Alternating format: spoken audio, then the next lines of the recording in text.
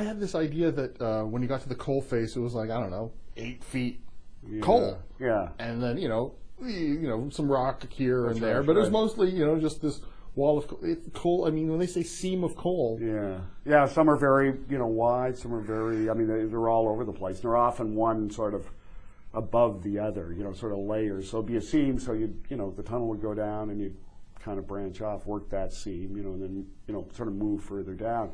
What partially killed, it's inevitable that coal mines die because it just gets further and further away, and it's just harder to harvest it, and it's more expensive. So it just comes to a certain point where it's just too deep, and that's sort of what happens. There's tons of coal in Cape Breton and tons of coal in Nova Scotia. Still, it's not. It's high sulfur coal, so it doesn't burn particularly well. So it's not. For example, in Nova Scotia right now, 98% of the electricity comes from coal. It comes from South American coal, because the coal in the power plants that were built, coal-fired power plants, to use the coal from Nova Scotia, they'd have to put these expensive scrubbers on. It'd be too expensive because of the high sulfur. So they get the coal from South America and use that. Nostalgia being what it is people harken back to a golden age when things were good. Yeah. There is no. When was that? There was no golden age for coal workers in Nova Scotia. Right. It was.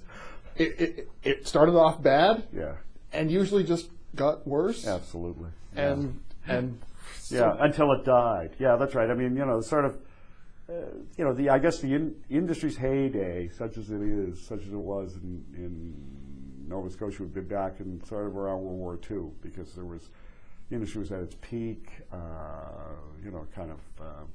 There's lots of demand, all that sort of thing. But this is and they wanted miners. I mean, they changed the law so that miners weren't allowed to work anywhere else. That's right. Do anything else. It was key. I mean, they did. This is the thing about this book. When I set to write it is, a bunch of motivations, right? But one of them is that this is this kind of great untold story and forgotten, bit of Canadian history. It's about the miners, but also, I mean, those guys down there, those people like my grandfather, my great-grandfather, I mean, it fueled the war effort in World War I and II. Literally, and it fueled a lot of the industrial expansion, I mean, in Ontario and Quebec until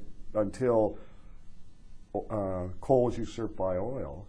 So, I mean, it really built this country, or parts of this country at particular moments, and the people who did it, in the end, are just kind of discarded, I guess, and and I know everybody knows that's the nature of, the great forces of economics and all of that. But I think their role is ignored, and there's a period where coal miners, it's almost a cliche, right? The Nova Scotia coal miner, always on the dole, sort of lazy parasites, kind of getting government handouts, this kind of thing. But I think that's a kind of it's a revisionist history, because they did have their moment, but it was always hard. I mean, the coal companies, when things got bad, when they tried to strike for miners' rights, they would cut off their heat, they would cut off their food, they would evict them from their homes in the middle of winter, entire families.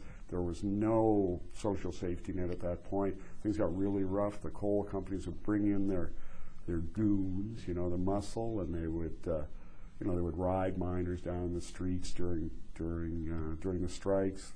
At one memorable occasion in 1925, they, a bunch of company police came down and opened fire on some of the miners, shot 3 or 4 of them, killed a guy named Bill Davis, 5'2", father of 9, with the 10th on the way, and evermore, and then I think it's June 11th, in Cape Breton, every year since 1925. All miners in Cape Breton lay down the tools, it's known as Davis Day. Those wounds are still fresh there in Cape Breton and in much of Nova Scotia. The only thing that made me feel better about it is that even the owners of the mines it's not like they did really well out of it. Yeah. I mean, they did well, but eventually pretty much all of them lost their shirts. That's right. That's right. So at least Yeah. it was like, it wasn't Yeah, all that's just them sucking it. Like eventually they too Yeah. were destroyed by coal. Absolutely. No, you're absolutely right. I mean, yeah. I mean, it's true. One of the ironies is that the profits rarely stayed in Nova Scotia, right? Because the ownership of the mines was always in like London or Boston or Toronto or Montreal or eventually, the federal government. So they always, they left some wages. There was almost like these kind of African situation, right? Where Canadian mining companies go into Africa, take out the whatever it is, the ore, leave some salaries. So that's about it. But you're absolutely right. I mean, yeah, there wasn't any great profit. I mean, I don't think everybody seemed to lie. Everybody was cursed, right? By the Black Rock. The book is Coal Black Heart, The Story of Coal and the Lives It Ruled. I'm speaking with the author, John DeMont, and Coal Black Heart, published by Doubleday Canada.